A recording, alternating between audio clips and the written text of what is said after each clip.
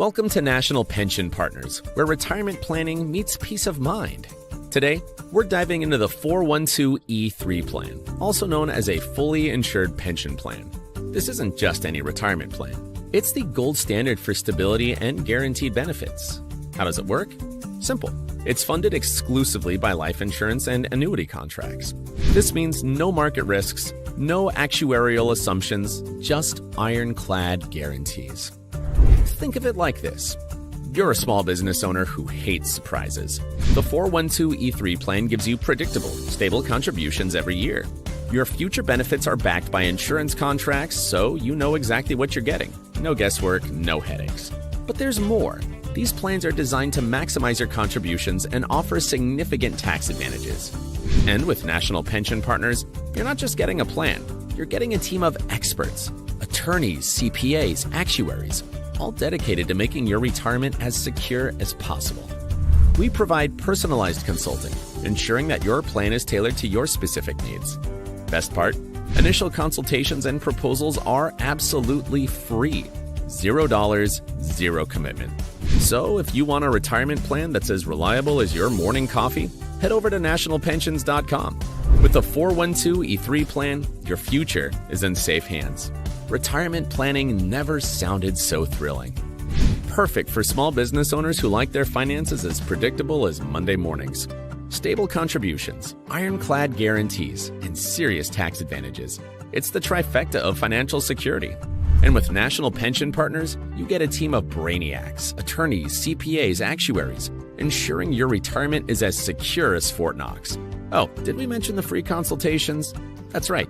You get a personalized expert proposal with $0 down. So, if you want a retirement plan that's as reliable as your morning coffee, head over to nationalpensions.com. Because when it comes to your future, boring is the new exciting. Retirement planning never sounded so thrilling. For more details, check out National Pension Partners at nationalpensions.com. Retirement planning never sounded so thrilling. Hi, I'm Nathan Osmond, singer, songwriter, motivational speaker, and even mortgage loan officer. I've known Dr. Bill Danko for over 20 years, and we've shared the stage at many great financial conferences the world over. Just recently, Dr. Bill Danko did a great Zoom call for my sales associates and shared some great principles from his New York Times longest best-selling list, The Millionaire Next Door, but also what it means to be richer than a millionaire. This is his new book, and I highly recommend it. The entire team at the Elite Team was very appreciative of Dr. Bill Danko's time and his insights, as he's a speaker that speaks with conviction from the heart. In fact, we ordered over 100 different copies of this book to give to our clients and our associates because we truly believe that by studying this book, it can really help you to get through these turbulent times. This book is solid with research and survey research and empirical evidence that helps you to understand that yes, money is important, but money plus happiness is even better. I highly recommend that you go get a copy of this book today. You won't regret it.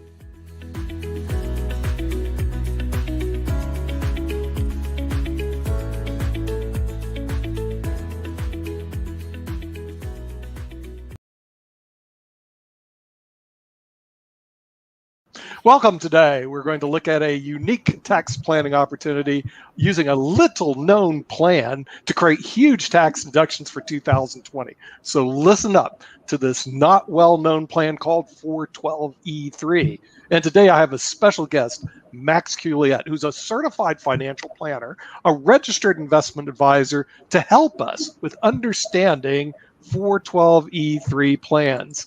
Max, what is a 412(e)(3 plan? Well, Nick, simply put, a 412(e)(3 plan is a pension plan that must be funded with qualifying insurance contracts, certain life insurance and annuity contracts. The contributions to the plan are fully tax deductible for federal income tax, state income tax, and typically they save some on Social Security and Obamacare taxes as well. Max, I have a client right now who's facing a $100,000 tax bill for 2020. Can you do anything for him today in 2021 for a 2020 tax bill? Yes, we can. You know, the Secure Act allows us this year to set up a plan in 2021 prior to filing income tax returns to benefit the client for 2020 and their tax problems. In many cases, we can, by doing that, deduct $100,000, $200,000, and in some cases, $300,000 or more in this kind of a pension. $100,000 or more tax deduction in a pension? I thought you were limited to $19,500 in 2020. How did you get to $100,000? Nick, you're right. $19,500 is a 401k limitation. Every plan has its limits, like a profit sharing plan has a limit of $57,000. Then there are some catch-ups, of course, but a pension plan is different. It's actuarially determined and could easily, based on the amount needed to fund that pension, be over $300,000. Max, does your firm work with TPA? As a TPA firm, do you work with CPA firms in helping set up these plans? Are CPA firms people that you normally work with? We work with CPA firms almost 100% of the time on each plan we do. Setting up and administering these plans, we're there to help as the TPA to make sure the plans are designed and set up in such a way that they're in compliance. And we also help the CPAs help their clients qualify for a tax credit this year because of setting up a plan. And as a third-party administrator, we're responsible for filing the 5500 forms, making sure the plan is in compliance with the IRS, the PBGC, and the Department of Labor. And we also employ CPAs. We have CPAs and we have enrolled actuaries, tax attorneys, etc., that work for us to review these plans, make sure we're staying in compliance and doing the things that will benefit the client most. Well, Max, I want to learn more about these plans. How can I find out about these plans and if these plans work for my clients?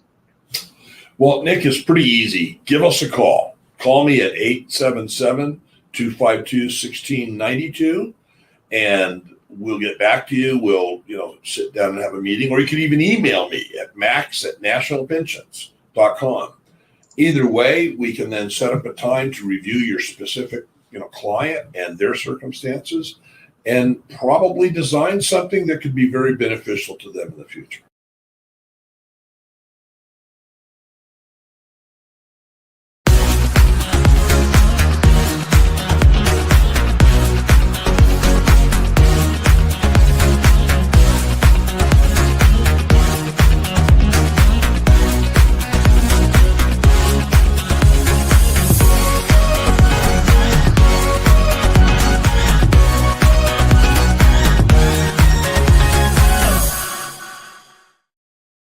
Hello, everybody. Welcome to the media show on the Pod TV network. I'm Nick Palomino. I'll be your host until I run out of time because I have meetings coming up this afternoon. But we do have a very important special guest here. You've probably seen him on World Politics, World Edition, and frankly, it's like Mark Lee. He's everywhere, and that is Jacoby McDuffie. Jacoby, you are muted, which is next to impossible, as I've found out over the years that you can't be muted. But we're here to talk about the media. We do know that the AP's been bounced around, and I'm having a hard time getting correct information from anywhere. And when I go on the MS or whatever, when the stuff comes out, it's like it's contradictory everywhere, and I'm frustrated because I'm going, hey, we're running a media show. We're supposed to give accurate and verifiable information, but we can't get anything accurate and anything verifiable. And some of the stuff that we've seen as bad, especially when it relates to our health, at least in the United States, it looks like they're dismantling the Center for Disease Control. See, all I can say is on information and belief because we don't know. It looks like 65,000 people have died of the flu because of the anti-vax movement.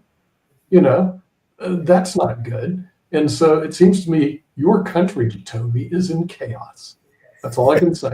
I do enjoy Spain. We don't have the problem here, but your country.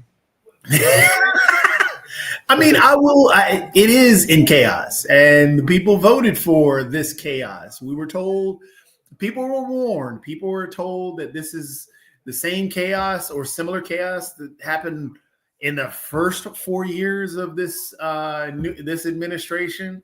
and it's happening now. It's just gotten worse because the chaos agent is more emboldened. So therefore, we are in a situation where, yes, it's hard to find the correct news. You've got to search around. You've got to do your due diligence and actually research, because every side has their slant, and somewhere in the middle, there's the truth. Sometimes there isn't two sides. I'll say that. No, when it gets to situations where, with Doge, for example, they're rehiring a dude that was fired for saying racist comments, but then they turn around and say, okay, well, the racism is okay, and bring him back. That's not a two sides to a story thing. The dude's racist and they just hired him back. But again, it's just, you have to do your due diligence a lot more now, especially dealing with all the flurries of information that comes out. I see Jack just put up a comment, when and where is my show?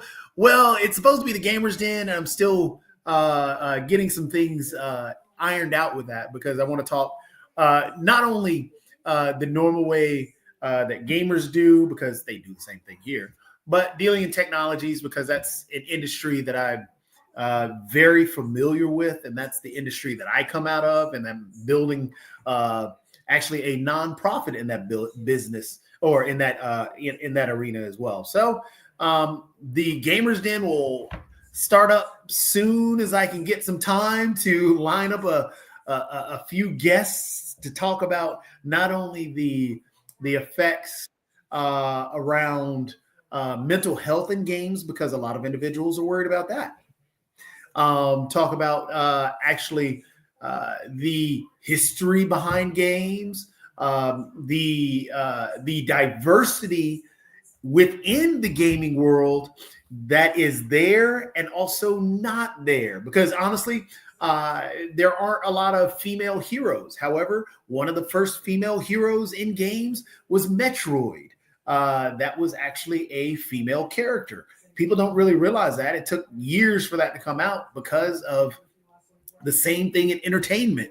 How Red Tails became one of the first major motion pictures that got backed by having a leading star that was black, a main cast was black. Same thing with Black Panther. Black Panther was one of those, but it's the same thing in the gaming industry. There's some diversity that's there and diversity that is not there, and that is perceived. But then you talk about the gamers in the backside. That's really wild, where there's a lot of things that we see in life. Say you take the stereotypical construction area, you magnify that times 10, add in anonymity. Now you have what goes on in the background when kids hear the stuff in the headpieces, find somebody they don't know. There's a lot of stuff to it. So yeah, that's the Gamers Den that we're going to dive into. Yeah. Jacoby, when I was in my younger, more halcyon days, I learned a lot by playing games. But back then, they were these war games and these simulation games, and it was good. I got a good enough background in these games, so I was able to win in these trivia contests, because they'd ask you stuff like, what was the name of the operation where Hitler attacked Russia. I knew it was Barbarossa because that was in the gaming manuals that I was reading when I was a kid. So my question to you, as a gamer, can't we use games as an educational tool? And in my opinion, it may be a better educational tool because it's more interactive than what we have right now, which is a dumb teacher getting in front of a bunch of students and lecture all day. So what are your thoughts of using games as an educational tool and getting rid of this model of lecture, which has been around the 1300s? Well, you started out your comment by talking about the things that you played when you were young. And there are still those games out there. Chess actually is a strategic, it taught you strategy. And honestly, you can take that strategy to not only the individuals that you deal with in business, law, it's also war. Same thing. If you look at all the old games, Shogi, Go, heck, there was actually a card game, I Declare War. So all these things, this is what we grew up off of. Nowadays, kids are playing games. That is a language that they speak. This is why when some of the shows that I bring up, that we're fighting the old battles. We're fighting the things that we know, but we're not listening to what the kids know. We're not listening to where the kids are. For example, a lot of people across the globe, esports is huge. I mean, you got some of the biggest players that are bigger than movie stars, bigger than sports stars everywhere across the globe. In the US, we're a lot behind because we have that stereotype around gaming that it's just some chunky kids sitting in their grandma's basement, losing all their friends. They're antisocial. That's very untrue. Gaming helped. The gamers were so ahead of the game when COVID came through because they were able to talk to their friends. They're used to talking on the headpiece to their buddies. So it is mentally helpful for them. And then when you take it to the education side of things, that's what they know. Think about when you were talking about, playing these games where when Hitler invaded or whatever else. There's that game called Risk. Think about all the educational pieces that you learned when you played these things. It's the same thing now. So the gamification is truthfully happening in schools already, but it helps kids. Fortnite, for example, one of the biggest games out there, making umpteen $1 million every hour on the hour. When kids are playing that game, they're learning multiple things. But when we see that game as an older individual, oh, they're just shooting up people and it's evil and bad. No, it's not. What they're learning is a communication skill. They're communicating with their teammates as they're on the field. They're also learning how to build. Do you understand how city planning works? Yes, I do, because you know what? I can build a city in Fortnite and I can actually have people go around that. If I know about levees break. Ask New Orleans. But hey, how can I build a stronger levee? In the game of Fortnite, what you're trying to do to protect yourself is to legitimately build a fort to stop these oncoming waves of individuals, yes. But think about it. That those waves coming in on those levees, you have to find those breach points that are going to happen with that levee and strengthen that area. Same thing in Fortnite.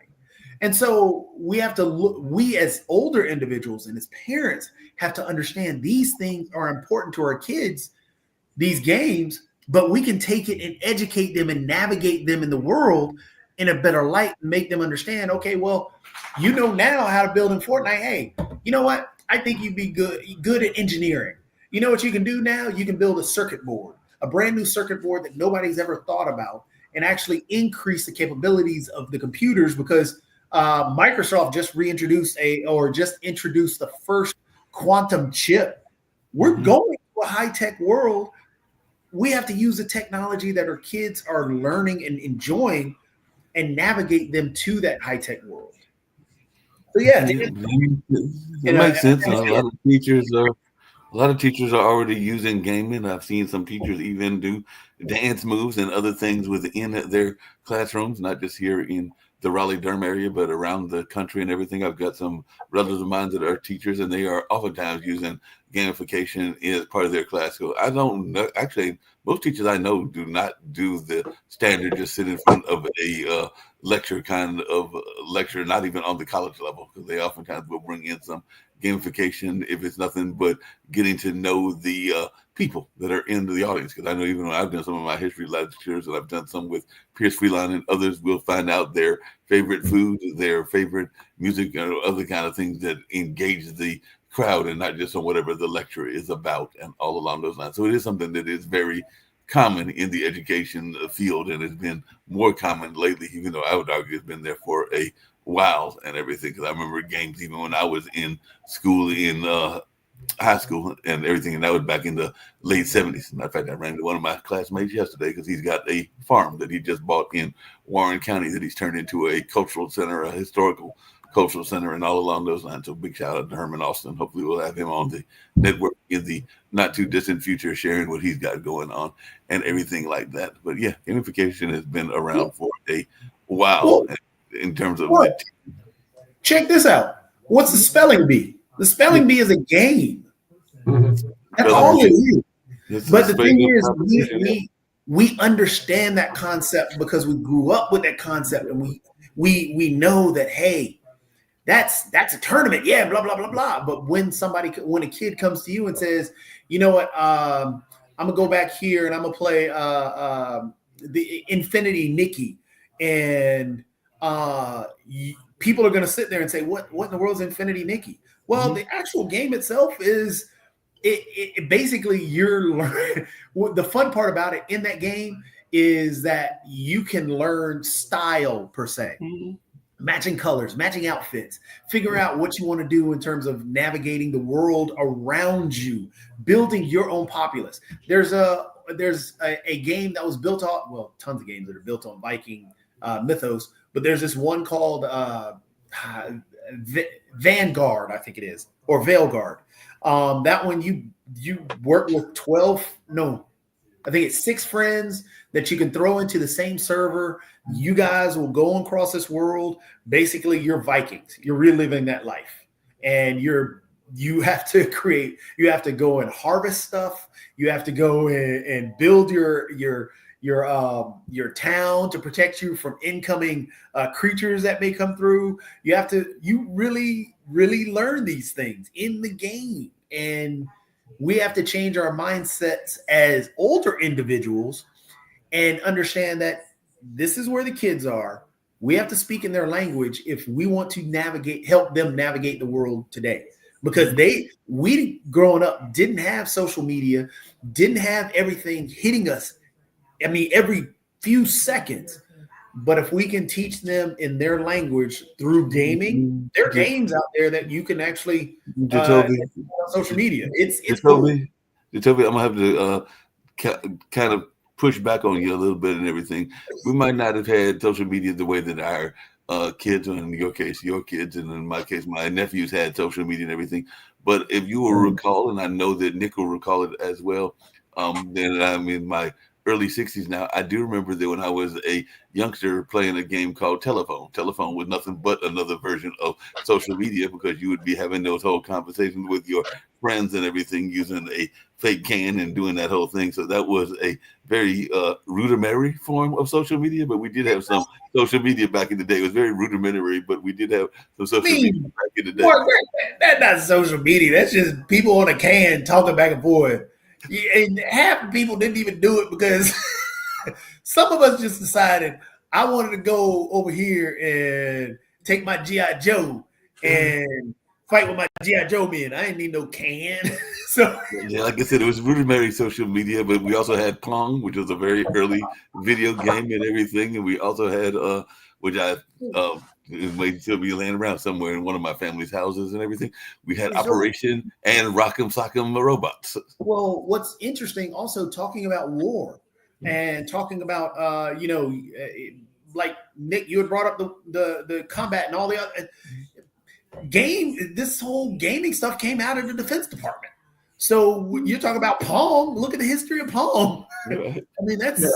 Well, the games that we were playing were Avalon Hill. The name of the game was Stalingrad.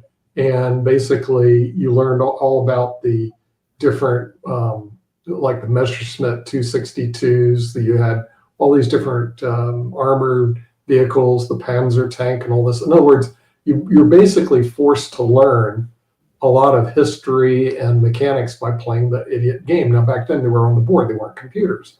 Then we played Anzio, and Anzio was the attack on Italy by the Allies. So you got to learn all the cities in Italy because those were the boards you were playing on. Mm-hmm. Then you'd learn Africa Corps, and you learned all the cities in Libya and Algeria and all those because of the Africa Corps. So what happened, I learned a lot by playing these idiot games. Now, I'll tell you about chess. I know I got good at that game. It's abstract. Chess doesn't teach you anything. I hate to say it. It teaches you maybe how to learn how to play chess, but there are other games that are worthwhile learning. In fact, one of them I think all the kids should play is Monopoly. It shows how capitalists can drive people into bankruptcy. I mean, it's a beautiful game. It shows basically what's going on out there.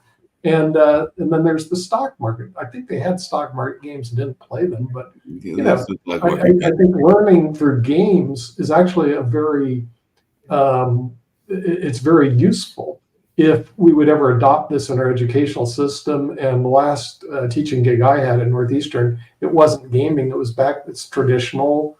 You lecture, the students listen, and it's kind of old-fashioned, I think. So I think that's very much maybe the case on the college level. But even on the college level, I've seen some people that have done some gaming stuff and everything. But definitely on the grade school level, there's a lot of folks that are finding ways to incorporate games and everything like that. I'm just going to let y'all know, because I was going through some media and news and everything. I hate that Rick's out here, because I just found out the one guest that apparently his former boss wished that he had, and maybe we can get him on or her on Pod TV and everything, and then Rick can up his boss. But apparently, I think it was reported yesterday, Jimmy Kimmel wants to get into the groove, because the comedian that has done that talk show for a number of years, 22 years, says there's one person that he's still waiting to interview. And he won't say that I'm desperate to get anyone, but he said we've never had Madonna on the show, and I'd love to have her on. So apparently Madonna has never been on the Jimmy Kimmel show. So maybe we've got to get Madonna, and then Rick can say that he one-upped his boss, because Kimmel was at a loss, but he did highlight how his longtime friend and sidekick, Guillermo Rodriguez, had a moment with the pop star, which he invited him on stage doing a Mexico City concert. So maybe we can find a way to help our good buddy Rick, so that he can one-up his former boss. So, okay, but I just wanted to get back to the real quick thing about chess, though. So this is a map of one of the games that is it floats. It's either number 1 or number 2, depending on what time you check. Number 1 or number 2 esport game across around the world, called League of Legends. League of Legends, and Netflix had a special. They had Arcane, which was a 2-season series. Well, they're going to build more series off of it. But League of Legends, great game. It was basically built off of chess. This board here, which is the Wild Rift map, which is, and this goes into, again, Nick, strategy. This here, this is broken down. As you see, there are 3 lanes you can go to in the game of League of Legends. The whole point of the game, you can either be on the blue side, which is on the left-hand side here, which has that crystal, or the red side, which has a crystal also. First one to destroy the other's crystal wins. You have a group of 5 people. So with those 5 people, or your characters that you choose, those are your generals per se. So you're a general. There are 4 other generals. You guys have a team. You're going into this. Based on what you choose, you get to decide. I mean, everybody as that general, all 5 can go down the mid lane. Problem is, just like in chess, are you a rook? If you're a rook, you're not going to go straight down the middle as a rook in the chessboard. You got to go 2 and then left. So you got to decide, is your character strong enough to handle the midline, which may bring down the other person's strongest character, or the other person's healer and a strong character. That healer makes that strong character into what's called a tank. That tank essentially is one of those that takes the most hits, of course, in real battle and even in this battle. So you have to decide, do I take my character, who might not be that, might be a ranged character? Should they be best on that bottom lane, or should they be best on that top lane?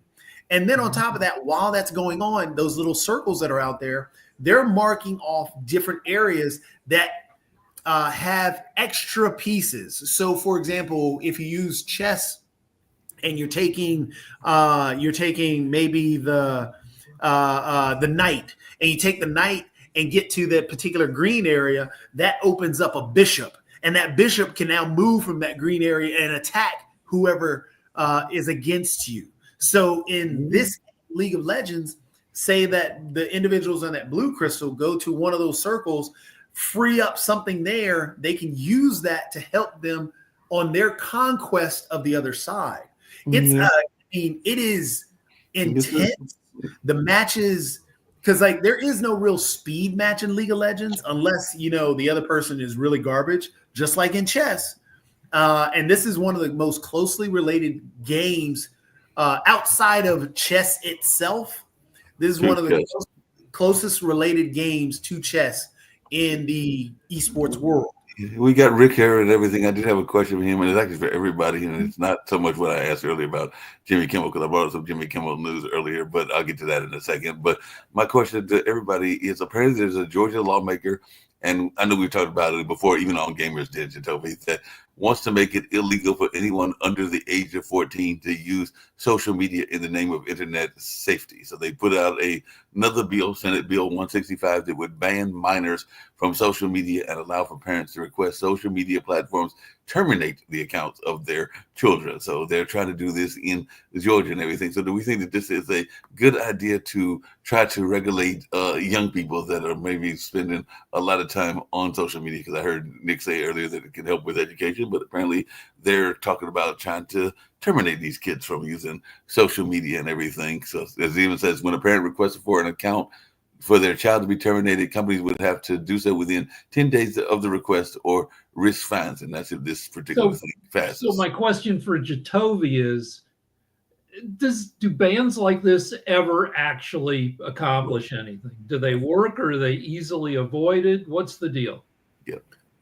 Again, this goes back to the whole point of we're speaking to kids in the wrong language. Right. Yes, there should be restrictions and regulations on social media, because social media has been shown to show depression in kids, especially the overuse of social media that a lot of kids do.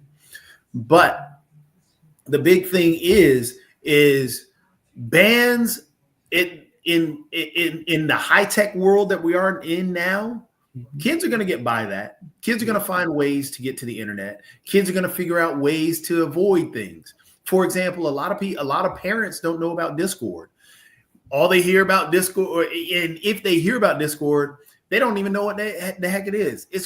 Discord is another server Discord, if you think about it, like AOL Instant Messenger, but you add in Microsoft Teams on top of that. That's similar to what Discord is.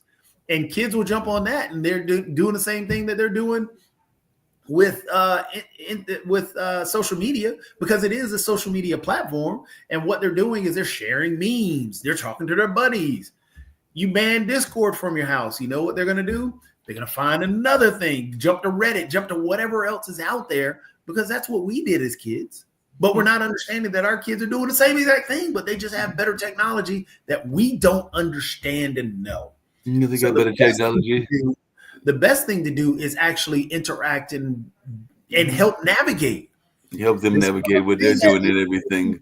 Just really quickly, because this is actually for Nick and everything, because I know he's been touting this notion of public broadcasting and its loss of funding and everything. And I was reading an article from the Oregon Public Broadcasters that said that it represents literally the money from a corporation of public broadcasting, about 9% of their actual funding, and all along those lines. But I was just wondering our take on this, because they are saying that public broadcasting is in a deep crisis, because even if 10% is lost, that can definitely hurt a network, whether it's here in North Carolina, or whether it's like this one that I'm reading about in, I believe this is the Oregon area and everything, or around the world. So what is our take? Because I know in the past, Nick, you've been very much supportive of some of these cuts on public broadcasting.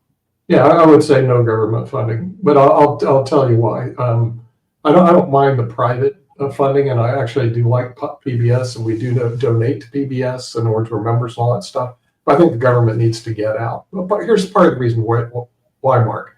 Does Pod TV get any government funding? The answer is no. So, but do we have to compete with PBS? The answer is yes. Here's the other problem I have with PBS. We spent 2 years wasting our time with that network trying to work with them. And now I'm going to tell you, here's the realities of PBS. They buy almost all their program. Now, listen to what they do. They purchase all their program from the British Broadcasting Company. So what happens, let's say Jacoby wants to do a Gamer's Den and goes, well, I got a great show I'd like to get on PBS. Forget it, Jacoby. Reason number one, you're an American, right? Yeah, they don't buy anything American. They buy everything from the BBC through ABT. So you strike one against you, you're American. Number two, they get government funding to support their $500,000 to $1 million a year salaries. You're a drag on their whole operation. So my answer is no. So you're just wasting your time as an American. They don't want to develop programming here. They just want to buy from the BBC, put it on there, and then go beg for people to donate, including the federal government. So my attitude is the federal government should stop donating to PBS. In other words, it is a bunch of crock. And there's no one who's going to tell the truth. And listen, I went to their national meetings. I spent 2 years with these people. And I will tell you that that is just the way it is. It is not really something that they're not really out to help anybody except themselves. What do you can think? do what you want. If you guys want to go to the PBS meetings and want to waste your time, and you want to see their nose stuck up in the air, go ahead. Yeah, like I said, my parents had a PBS station for a number of years, as you know, and everything. It was actually PBS affiliated. It was NPR affiliated, and they ran it for about 12 years and got some of the funding that helped it keep it on the air, along with some public funding from the community and everything like that. But they were also part of, as is North Carolina Central University, I think Howard and a number of others, a part of something that is vital at the time of emergency. So people forget the part of PBS and those public media outlets with the emergency alert system. Because a lot of times, all I'm saying is right now they're not designed to help Americans and develop American programming. So if Jatovy has an idea like Gamers Den, which is a good idea, and start bringing educational programming using games to the American public, which is a great idea, his idea will be destroyed by PBS because they will go to the BBC and buy their pre-programmed government-supported BBC programs and redistribute them. The other problem is the people on PBS don't want to watch it because their average donor is a 69-year-old female. Jatovy's trying to appeal to younger people. They don't give a rat's fur about younger people because they don't donate. That's just the reality of PBS. And I'm not speaking against them. I love PBS. I watch a lot of their shows. But in terms of working with them, I might as well work with those two people sitting on the lawn back there. As they say in Pawn Stars, it ain't happening. And the people in PBS warned me before I came in.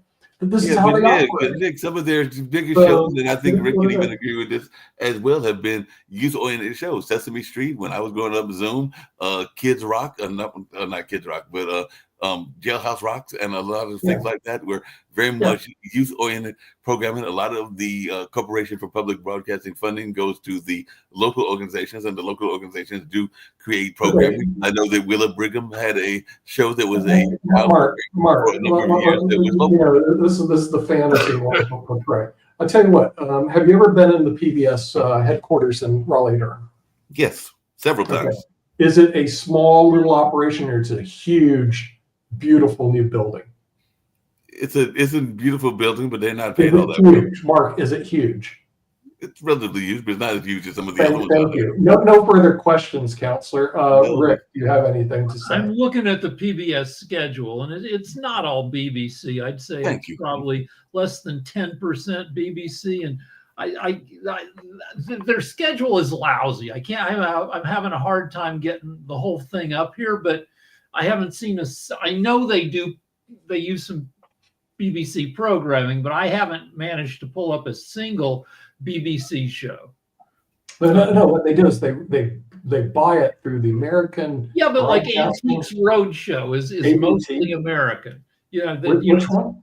Antiques Roadshow. They show that all the time. Okay, and Antiques Roadshow is also shown in Britain too, as well. Right, and so if you poke around, you can find the British version. Oh yeah, and not to say that they have their favorites. They have this guy, I forgot his name, but he puts on these historical documentaries all the time. So they do have their favorites. Right, but to say Ken Burns. Ken Burns is what I call them their favorites. They have their little favorites. It's run by like a little fiefdom. I'm just telling you, everybody here listening and everybody here on our show, you have zero opportunity with PBS. PBS is not a friendly network to people. It really isn't. It's absolutely horrible. So, Rick, if you say, I have an idea and it's a great idea, or I'm working with people and they're great people. So I've pitched a lot of TV. I think Jatovy's probably pitched a bunch of stuff. Yeah, you're not going in. I was talking to a successful producer at the Jib. This is a guy who's gotten a lot of shows on. I go, how many pitch meetings on average do you think you take to sell a single show? And he immediately said 100. You have with anybody, you have to pitch your ass off.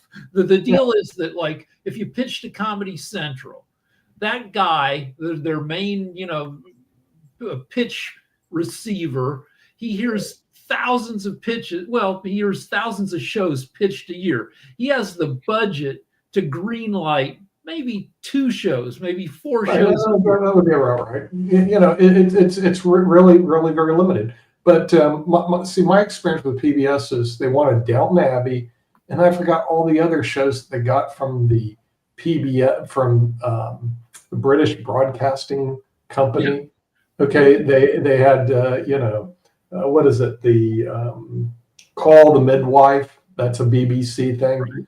If you just go through their probably okay. Well, there's let me go through their evening schedule, and all you're going to do is you're going to see. All right, so a couple things. One is people love British stuff. There's you can sign up for BBC directly. There's a channel called BritBox. Also, frickin' Britain is broke in terms of TV production. Mm-hmm. They know how to make shows on the cheap because they can't afford for them not to be cheap. Well, they're government supported. We can't compete with them. So what they're doing is they're getting government funding, and they're screwing all the American public. Let me tell you some of their shows. Hold a minute, I've got their shows. Masterpiece Theater, not made in the United States. Call the Midwife, not made in the United States. Miss Scarlet, not made in the United States. Now, Nova is by one of their favorites who we met with when we were in PBS. Finding Ruth is actually made in the United States. Sesame Street's made in the United States. Arthur Knows Where, Nature, Frontline, Daniel's Neighborhood, Antiques Roadshow, Sherlock, made by the Sherlock's made by the BBC. But let me talk about the math of it. Britain has 60 million people. So if 500,000 people watch a show in Britain, that shows a success. But advertisers want to pay for heads, so advertisers won't. To be a success in America, you need millions of viewers. So let me finish. So budgets are smaller in Britain, so they make shorter series. Sherlock, they have a 3-show season. They often have 6-show seasons for shows, and they're cheaper to make. So I assume they're cheaper to buy here.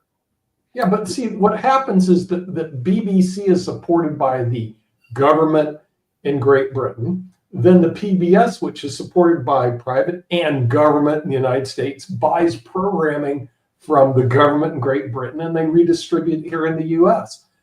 Why? Okay, and that's all cool. I don't mind that business model. But now they're asking you, the American taxpayers, to put money into their network. And maybe don't have too much of a problem with them. But then their executives, like, let's say we were all executives for PBS right here. Okay? We're all making like more than $500,000 a year, making $300,000, $500,000 a year in salary. I got a problem with that. It's supposed to be a non-for-profit company. I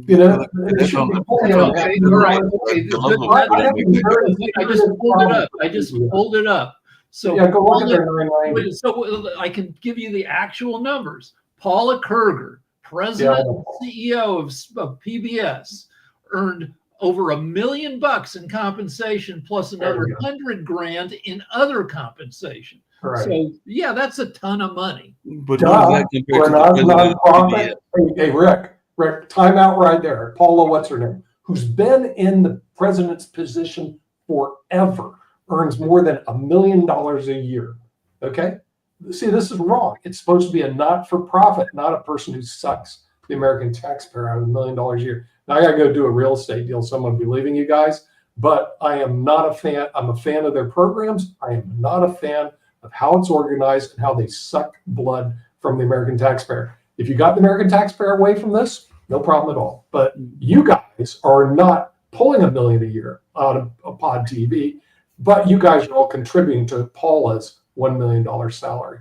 And that I have an objection Well, to. like I said, it'd be interesting to see the comparison of her salary versus the president of CBS or some of the other bigger networks and all along those lines and everything. And even on the commercial networks, as you know, Rick, a lot of times, because I was part of one, the Road to the Apollo and everything, if you get some local programming, it's going to be in the, like the midnight hour. It's going to be in the graveyard shifts at like 2 or 3 in the morning or something like that, because they're not trying to compete with their money makers. And I don't blame them for not trying to compete with their money makers, but that's where they're going to go. It's going to be like at 2 or 3 in the morning and everything. So even so the money is concentrated at the top. Right. People work in TV hoping to eventually be at the top, or because they just freaking love it. Like Disney, there are various mean nicknames for Disney, referring to how hard they work you, and often not for great money, while the Igers of the world make 10, 20, 30 million bucks a year. Yeah, that makes sense. And they make that kind of money. And I know Nick's not a big fan. I don't know how Kim feels about it because of some of their personal experiences with both IBM and PBS at the beginning of this founding of Pod TV and all along those lines. So that can. I mean, sometimes the money is freaking ridiculously small. Right. My writing partner and I, we sold a show to FX before FX was big time. Now FX is a pretty big network, but we had a bunch of meetings with them. This was before reality competitions really took off. Right. And we sold them a reality competition where the prize was you get a job at the end in the field of your choice, and after like 5 meetings with them, they go, yeah, we like this idea, develop it more, come on back. After 5 meetings, they said, great news, guys, we are gonna give you money to make a pilot presentation, which is like a high school play version of your show. We're gonna give you a stage in our auditorium, and you're gonna put it on stage live for our executives. And we're like, great. And we're going to give you $5,000 for set. Just on a lighter note and everything, and just a sad note, because I just saw it come out of Variety, and I probably should have mentioned this earlier and everything, but I'll let maybe Jacoby's got some thoughts. I know you do as well, but we just lost a pioneer in music and everything. So Roberta Flack, known for Killing Me Softly, passed away and everything. So definitely at the age of 88. So I don't know if you had any thoughts around the legendary Roberta Flack. I got thoughts around the age of 88. 88 kills a lot of people. The Pope, I think, is 88. We'll see if he makes it to 89. I lost my mom at 88. My wife lost. Oh, actually, my wife's mom made it to 90. But we see all, we're of the age where everybody's mom is going, and 80. Not a lucky number for a lot of people. Yeah, that's very true. Nick, sorry, Nick. Jacoby, I know you're a fan of music. We worked on the Blues Festival and stuff together. So any thoughts around the loss of Roberta Flack? I mean, it's a sad loss. I mean, I don't really have, many words to really. I mean, everybody grieves in their own way. So I don't really have many words to go other than, she was beautiful, beautiful songstress, amazing voice, Killing Me Softly, still always one of my favorites.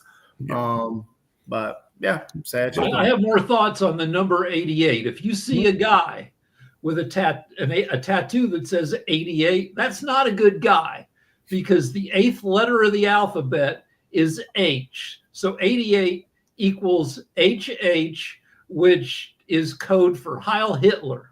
Oh, wow. That's not a good thing to be having there and everything like that.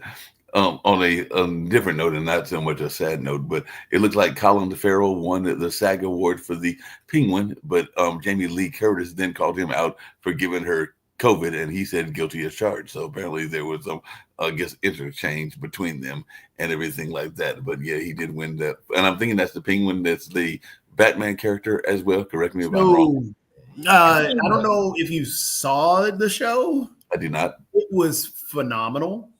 He deserved it because Colin Farrell, you couldn't tell it was Colin Farrell because of all the makeup and the actual extra stuff that he had on there.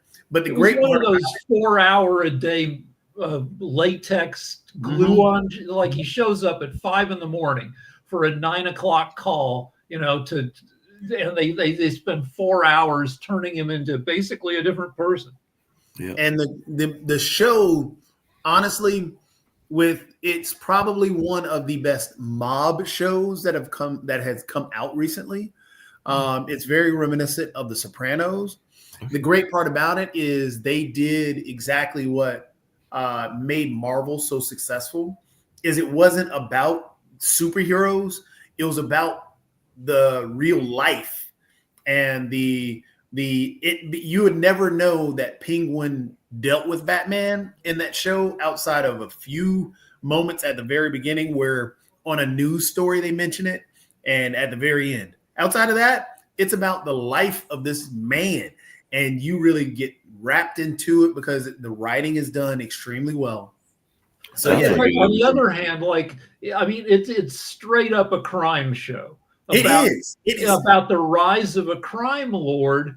Well, actually, the rise of two crime lords, because what's her face, the woman, and it's a decent story, but do you really want to spend 10 hours with despicable people?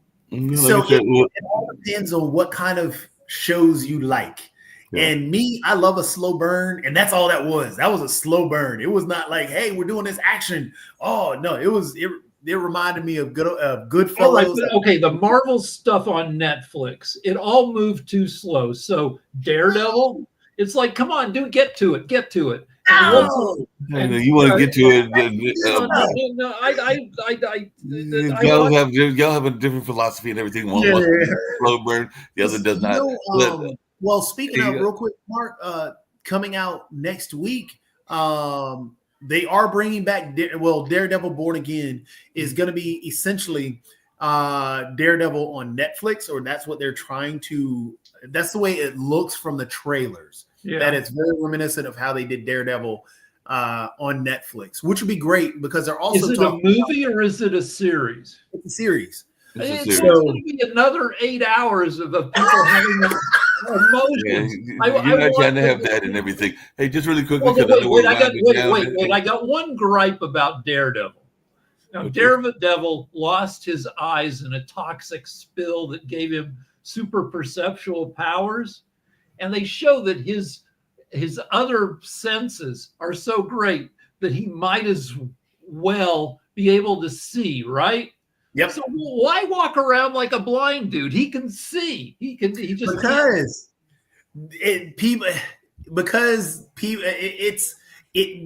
idea essentially, like when you're speaking with someone who actually has lost their sight, right? And their other senses. Well, no, not even that. It's the fact of it's making people try and realize that even though that a person may have lost their sight, you don't have to look at them strange. Right. And so while, if you're sitting in front of somebody who lost their sight and they can hear you and they know exactly where you are, they may have a different visual perception, or it looks like they have a different visual perception where they are looking off to the side. But with Daredevil, he notices you looking weird. Why are you just look at him normal? He's walking around with his cane all the time when he's not Daredevil, when he's just his day identity of a lawyer. He doesn't need just a lawyer like the other one was. He's play acting that he can't see. I don't know. It's a little weird. It's a little weird for you and everything. But there was because I know you brought up, you told me we only got about a few minutes to address it and everything. But on some of our past shows, we talk about this notion of what woke means, and the SAG Awards, Jane Fonda says woke just means you give a damn about other people, and calls on Hollywood to fight with empathy in the SAG Awards speeches and everything like that. And in a similar sense, Zoe Saldana won the SAG Award for Emilia Perez, and she said, "I'm so proud to be in a union where I'm not judged for how I speak or what my pronoun is," and everything. So I just wanted your thoughts on both of those powerful women and their thoughts around that, not trying to let woke define them. I mean, my thought is I like hearing that stuff, but they're preaching to the choir. It's like they're not changing anybody's freaking minds. Now, should they keep trying? I mean, it's like when I go on Twitter and I say Trump is a big asshole. Am I changing it? I don't know. It feels like I'm pissing in the wind. I don't know. What do you think? I mean, I agree with you. It's just they're establishing where their stance is, and it's great that they establish where their stance is, because you can't keep changing. You've got to be able to stand 10 toes down, and that goes all the way back to the conversation around messaging and everything else, because that's what the Republican Party does. They'll say, okay, well, we hate this. Okay, why? It doesn't matter. We just hate it. That's what they do. So they're doing the same thing. I have an observation from the show last night. Kumail Nanjiani, they got him jacked for a Marvel movie that very few people. He's still jacked, and it's a little weird because like he's up there in his tux, and you can see he's still got like the 16-inch biceps. He's also got, when you lift weights, sometimes you get these chipmunk muscles right here. He's got those. He's got this big Batman jaw now, but I don't know, he hasn't been a Marvel hero in like 3-4 years, but he's still like a little bit, Oh yeah. Actually, I had a question for you, Rick. Did you see Andor? No. Should I? I mean, yes. Oh dear Lord, that is the best Star Wars. All right, because like Star Wars kind of lost me a few movies in. I'm sorry, I'm a snob about stuff, but like I think I gotta pay for Disney Plus if I want to see Andor. Yeah, so we got Disney Plus so we could see She-Hulk, and then that only lasted one season. So I'm like, F you, Disney Plus. I that's what, because I like a woman who can kick my ass. But yeah, She-Hulk was really awesome. Well, the dogs are making some noise in the background and everything. Just really quickly, because I had teased earlier before you came on, Rick, and we're here to wrap up and everything, because you worked with the man, and I brought it up because it came up in, I think it was a Variety report as well. Apparently, Jimmy Kimmel has said the one star that he wanted to get that he hasn't got, even though Lamro got her and everything, is Madonna. So apparently he wants to have Madonna as his one guest, everything, because he said that he never got her, and that's his like missing guest. So did you try to get him Madonna, and what happened? I don't know. I don't know, but I can tell you. I probably shouldn't talk about Kimmel at all, but I remember, this is from 20 years ago. A guest who wasn't booked. A girl shows up. 15-year-old girl shows up at Kimmel, says, "Can we speak to the music booker?" A girl and her mom, right. And the girl and her mom go to the music booker and say, "Look, she's really talented. She's gonna be huge. You should put her on the show." And the music booker's like, "Well, what's her social media following? What's this? What's that?" And they say, "Well, nobody yet, but she's gonna be awesome." And the music booker's like, "We can't book her on, an unknown kid." Anyway, that kid was Taylor Swift. Oh wow. So before we go though, because I'm determined, I want you to watch Andor, because they're about to release season 2, and this is a show that I think you would actually enjoy, because it is where Star Wars should have been after all the years, because the best spinoff movie I thought was Rogue One, and the director and everybody pulled from Rogue One or created Andor. They're doing just season 1 and 2, and basically all it is a lead in to how they got to Rogue One. Okay, and this is the trailer for Andor season 1. I won't do season 2 and spoil things, but this is season 1 for you. Okay. Oh, I had to put the sound back on. There's a little bit of sound. Yeah.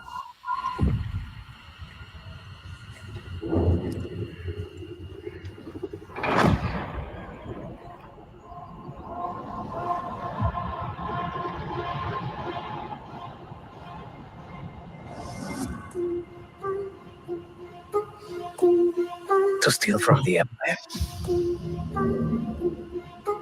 to just walk in like you belong. They're so proud of themselves, so fat and satisfied. They can't imagine that someone like me would ever get inside their house. Cassian Andor, the Empire is choking us so slowly. We're starting not to notice. What I'm asking is this. Wouldn't you rather give it all to something real?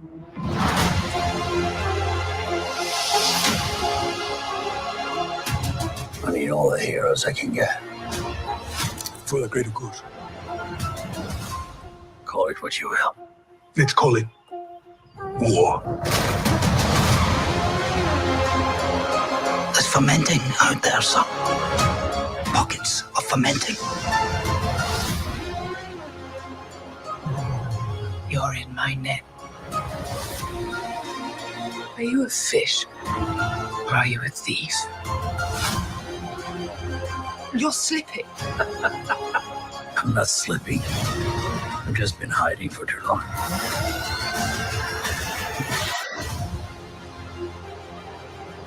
As long as everyone thinks I'm an irritation, there's a good chance they'll miss what I'm really doing. What are you really doing? This is what revolution looks like. I'm tired of losing.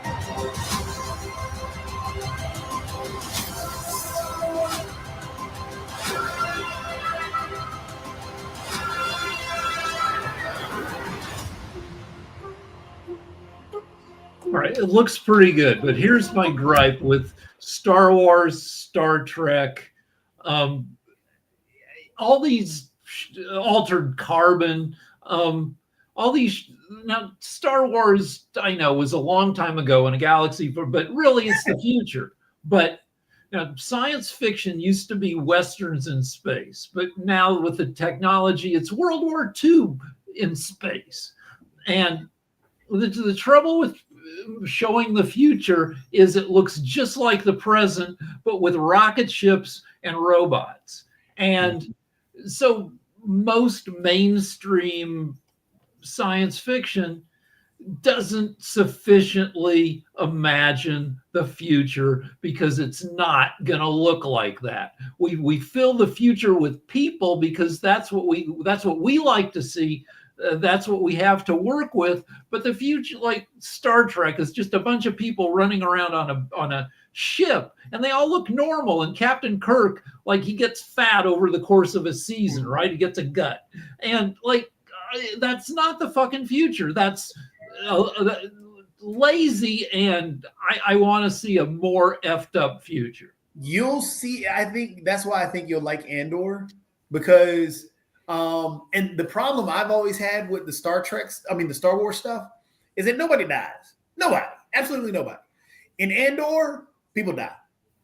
The stormtroopers can never hit anybody in Star Wars. No, right. In Andor, people get hit and people get tortured, and it's messed up. So that's the cool thing about Andor is it's more, I guess, relatable. Yeah. Well, also the stormtrooper,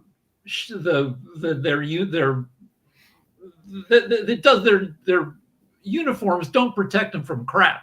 Yeah, true. Right to go. And on that note, we're going to end the media show, and we're going to get out because we got the timeshare show going on as we're wrapping up and everything with that going on. All right, enjoy timeshares. Don't buy them; they are not a good deal.